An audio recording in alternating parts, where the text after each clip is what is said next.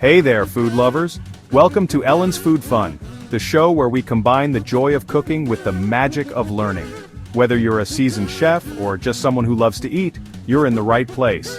Today we're going to embark on a delicious journey that will not only tantalize your taste buds, but also sharpen your English grammar skills. So, grab your apron and let's get started. Welcome to my show, where we're about to dive into the delicious world of English grammar. Now I know what you're thinking, grammar and food, how do they go together? Well, let me tell you, they go together like peanut butter and jelly. Just like a good recipe, mastering grammar requires the right ingredients and a bit of practice, and who says learning can't be fun?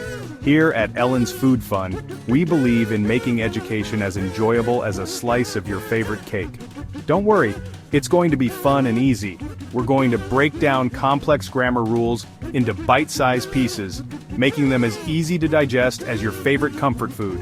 Imagine learning about nouns, verbs, and adjectives while whipping up a batch of cookies or preparing a hearty stew. Sounds fun, right? That's because it is. So let's roll up our sleeves and get cooking, both in the kitchen and in our minds. Today we're talking about something you use every day: food. Food is not just a necessity, it's a universal language that brings people together. And just like food, language has the power to connect us, to express our thoughts, and to share our experiences. So, what better way to learn about uncountable nouns than by exploring the foods we love? From rice and pasta to bread and cheese, our kitchens are filled with examples of uncountable nouns. We're going to learn about uncountable nouns, and guess what? They're all around us in our kitchens. Uncountable nouns are words that represent things we can't count individually, like flour, sugar, and milk. These are the ingredients that make our favorite dishes possible. And just like these ingredients, uncountable nouns are essential building blocks of our language. So, let's take a closer look at these fascinating words and see how they add flavor to our sentences. Get ready to laugh and learn as we explore the wonderful world of words and yummy treats. We'll play fun games, share interesting facts, and even have a few surprise guests who will join us in the kitchen. Whether you're cooking up a storm or just enjoying a snack, you'll find that learning grammar can be as delightful as a gourmet meal. So, stay tuned and get ready for a feast of knowledge and fun. Get ready to be amazed by the power of language. Just like a well-prepared dish, a well-constructed sentence can leave a lasting impression. We'll show you how to mix and match words to create sentences that are not only grammatically correct, but also engaging and expressive. You'll discover the joy of playing with language and see how it can enhance your communication skills. So, let's get started and see what we can cook up together. It's time to make grammar fun and exciting. Here at Ellen's Food Fun, we believe that learning should be a joyful experience. So let's dive into the world of uncountable nouns and see how they can spice up our language. With a dash of enthusiasm and a pinch of curiosity, we'll turn grammar lessons into a culinary adventure. So grab your utensils and let's get cooking, both in the kitchen and in our minds. Welcome to Ellen's Food Fun, where every lesson is a recipe for success. Okay, let's break it down. Uncountable nouns are a fascinating part of the English language. They refer to things that we cannot count individually. Unlike countable nouns, which can be counted as 1 apple, 2 apples, 3 apples, and so on, uncountable nouns represent things that are seen as a whole or mass.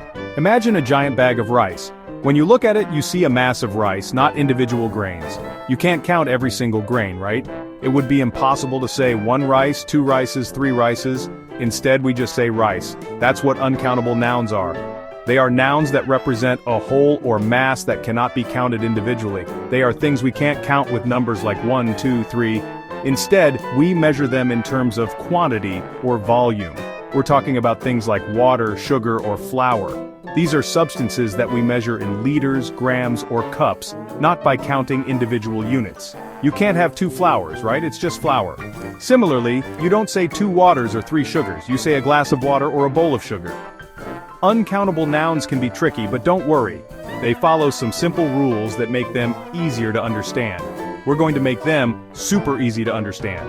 By the end of this video, you'll be able to identify uncountable nouns and use them correctly in sentences. Get ready for some food fun. We'll explore more examples and give you tips on how to master uncountable nouns. Stay tuned. Let's talk about some of your favorite foods. Think about the food we love: creamy milk, yummy cheese, sweet honey, and delicious bread. Can we count them? Not really. We don't say I want 3 breads, please. We say I want some bread, please. So many yummy things are uncountable nouns. Let's learn how to talk about them in English. Here's the fun part. Have you ever wondered how we talk about things that we can't count? Like water, sugar, or even love? Well, that's where partitives come in. They are magical little words that help us quantify the unquantifiable. We can use special words called partitives to talk about uncountable nouns in specific amounts. For example, when we want to talk about a certain amount of water, we don't just say water, we say a glass of water. This makes it clear and specific. Think of it like this. You can't hold water, but you can hold a glass of water. This is because glass is the partitive that helps us measure the water. It's like a container that gives shape to something shapeless. We do this all the time. When we're chatting with friends or family, we naturally use participes without even thinking about it. It's second nature to us. We say a cup of coffee, a slice of cake, and these participes help us communicate clearly. Imagine trying to ask for coffee without specifying the amount. It would be confusing, right? Or a spoonful of sugar, see? Easy peasy. Participes make our language richer and more precise. They allow us to be specific and avoid misunderstandings. Participes help us talk about uncountable nouns in a way that makes sense. Let's practice some more. Think about other uncountable nouns like rice, music, or advice. We use participes like a bowl of rice, a piece of music, or a bit of advice to make these nouns countable.